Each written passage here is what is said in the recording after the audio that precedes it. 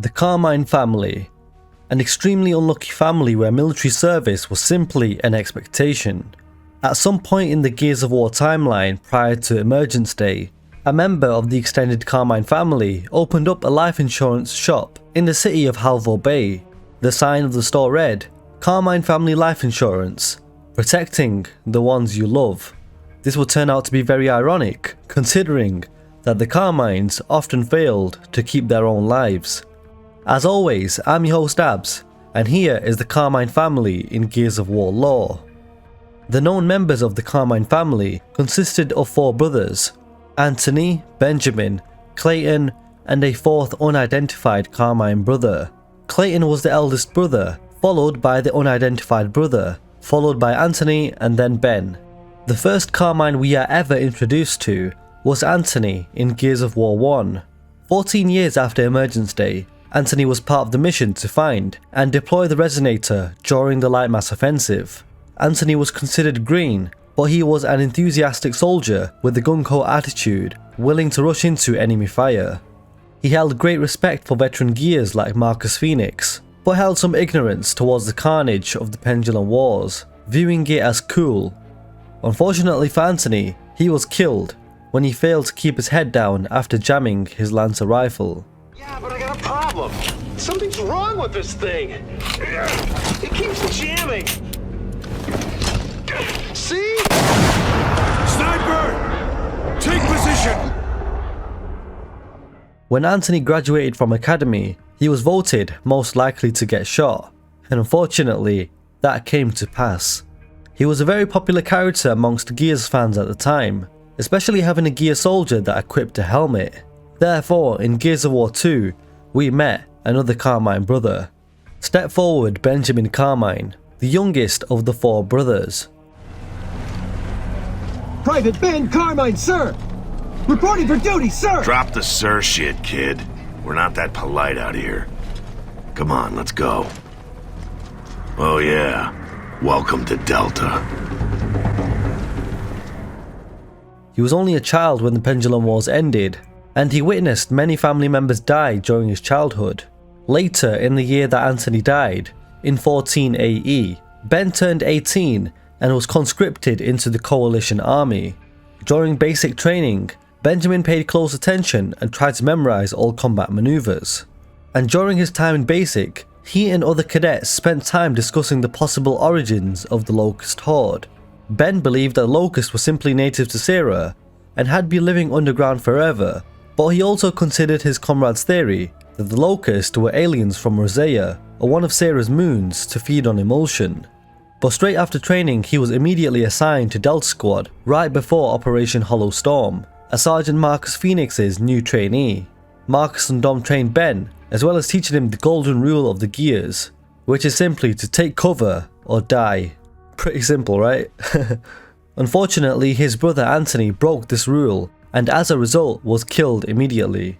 Ben didn't know the true nature of how Anthony died, saying he died a hero's death, which wasn't really the case, but Dom offered his sympathy to Ben regardless. During Operation Hollow Storm, after Ty had committed suicide after being broken by the Locust, and as Delta awaited extraction from the Alima sinkhole, they were attacked by many Locust. Ben tried to be a hero and cover Delta as they got into the chopper, but he was shot in the shoulder and fell into the Raven. But as the Raven took off, it was hit by flying rubble from the approaching Riftworm, and Ben had plummeted into the Riftworm's mouth, and the Riftworm had also pulled in the Raven and the whole of Delta Squad. Ben survived his fall, but was attacked by bipedal enemies found within the Riftworm known as Nemesites. They dragged him across the acidic spikes on the Riftworm's stomach, but Delta were unable to save him in time. It's Carmine! Get off me! Get the hell off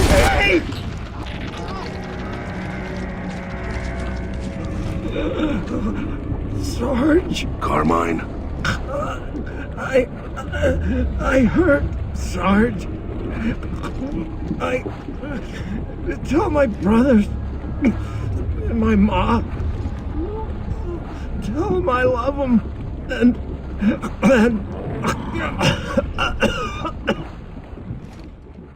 Ben died from his horrific wounds. Unable to finish his final words, Marcus collected his COG tags and a letter that he had written to his brother Clay to deliver both to Carmine's family. His letter to Clay was emotional, and it went like this. I hope you're doing well out there, Clay. Not sure where you are, but I trust that the COG will get this letter to you safely. I know you'll be excited for me, but it would be great to hear from you before I ship out. I just wish Anthony was still here, bro. I really miss him. I take comfort knowing that he died a hero, but still, I miss him, as I'm sure you do too. Well, you know I'm not that good at letters, so I'll keep this short. Hope you're doing well, big brother, and know that I'll be doing my very best to serve our country and make you and our family proud.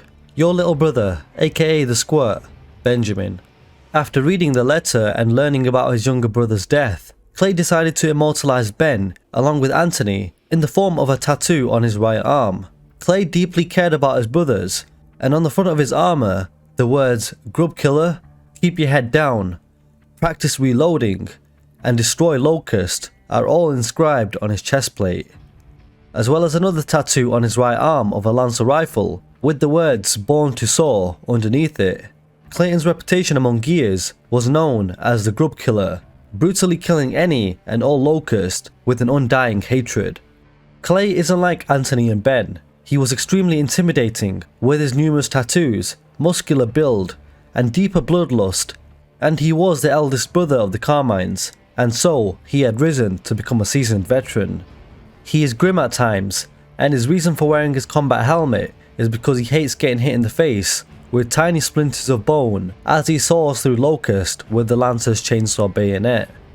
His hatred for the Locust grew even larger after finding out the death of Ben, and Clay would often brutally kill Locust in the name of his brothers. Clayton, just like Ben, also fought in Operation Hollow Storm.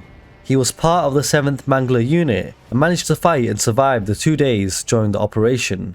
Clay also partook in the second wave of Operation Hollow Storm, after the COG received intelligence that the Locust Horde stronghold, Nexus, was located beneath Mount Kadar, and so thousands of Gears, as well as Clayton alongside fellow Gear Samantha Byrne, drilled into the Hollow once again, eventually sinking Jacinto City and flooding the Hollow. Clay had survived and played a vital role in helping put an end to the Locust War during the Lambent pandemic shortly after. In the Battle of Azura, Clayton joined in the assault to retake Azura and activate the emotion countermeasure device. Catch up, it's Mira! No! I will not allow this! Stop! Eat dirt and die, motherfucker! Take that, you bitch! Oh, shit! We're on fire! We're on fire! Carmine! It appeared that Clayton Carmine had fallen, just like his brothers, but the fans voted in the Save Carmine campaign, wanting to see Carmine survive, and so it came to pass.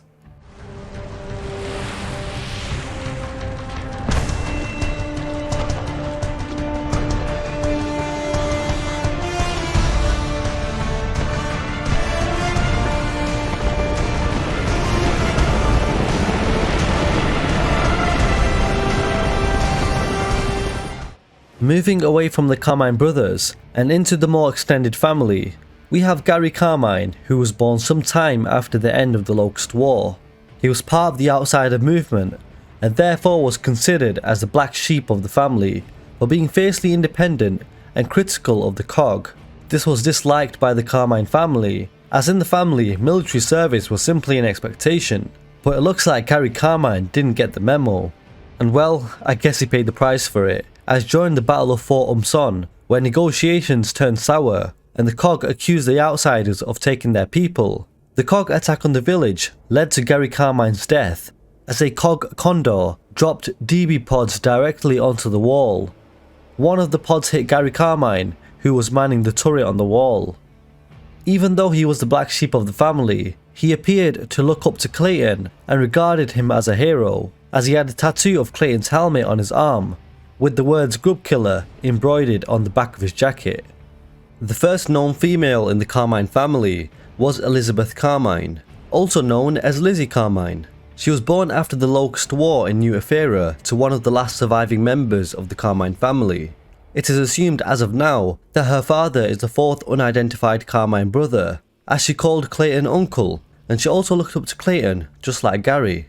My theory as of now is that her and Gary may just be siblings, but I'm not 100% sure as of yet. Lizzie was courageous, confident, but pretty reckless.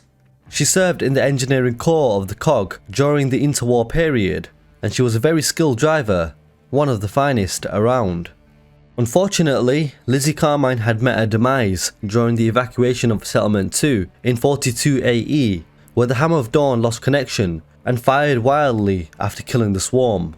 Lizzie was also killed in the blast. Get out of there!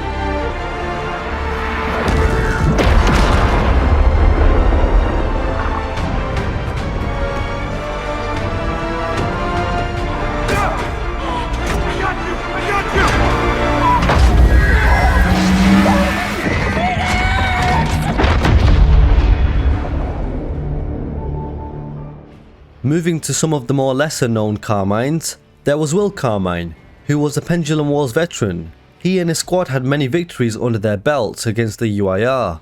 6 weeks after the end of the Pendulum Wars, Will Carmine was positioned in a COG forward operating base, just outside the city of Janamont, as he handed over his gear and decided to call it a day.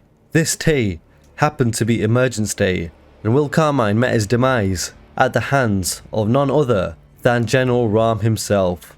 But there was another lesser known Carmine as well, and his name was Fredo Carmine. He wasn't a soldier, but instead he was a news reporter for a Halvor Bay newspaper, and this newspaper was called Gears and Brains.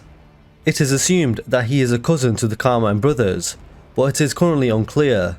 We don't really know much else about him, to be honest.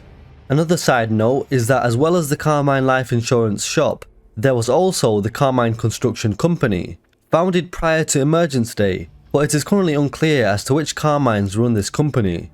The Buzzkill and Dropshot Munitions Launcher were two construction tools, later turned into weapons of war.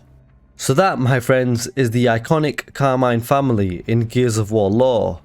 Drop a like if you enjoyed this lore video, subscribe for more similar content like this, and I'll leave a link at the top right of the screen if you want to watch my other lore videos as well. I'm your host Abz, and as always, I will catch you guys next time.